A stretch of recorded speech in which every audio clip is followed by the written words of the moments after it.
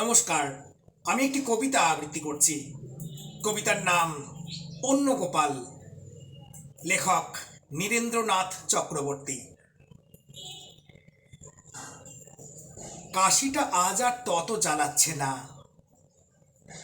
ডাক্তারের নিষেধ না মেনে বৃষ্টি ভেজা শ্রাবণের এই বিকেল বেলায় জ্যোৎস্নাময়ী তাই আজ বৃদ্ধাবাসের একতলার এই বারান্দায় বসেছেন।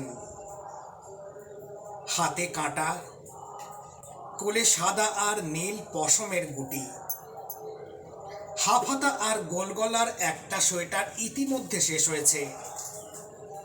এখন তিনি হাত দিয়েছেন আর একটাতে, যাতে পুজোর আগেই এটাও তিনি শেষ করতে পারেন, যাতে 10 বছরের গোপাল তাঁর ঠাম্মার সামনে এসে দাঁড়াবার সঙ্গে সঙ্গেই এটাও তার হাতে তুলে দেওয়া যায়।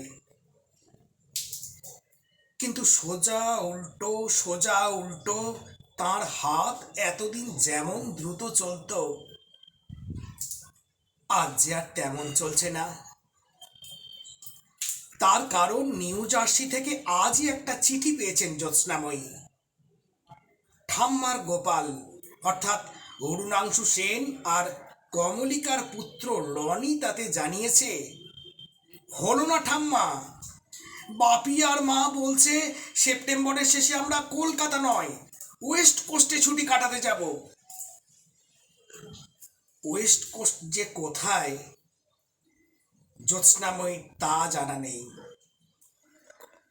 তবে এটুকু তিনি ঠিকই বুঝতে পারেন যে ছুটি কাটাবার পক্ষে এই নোংরা বিষণ্ণ কলকাতার চেয়ে সেটা অনেক বেশি ভালো জায়গা।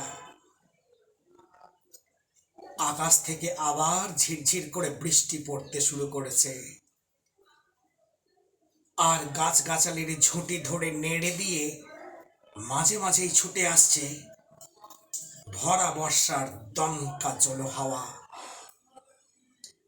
সামনের মাঠে তারই মধ্যে উদম গায়ে খেলা করছে কয়েকটি ছেলে। তাদের সবাইকে না চিনলেও এই বৃদ্ধাবাসের চৌকিদারের ছেলেটাকে তিনি চেনেন। ওর নাম তিনি জানেন না, তবে ওরও বয়স হয়তো বছর 10 হবে।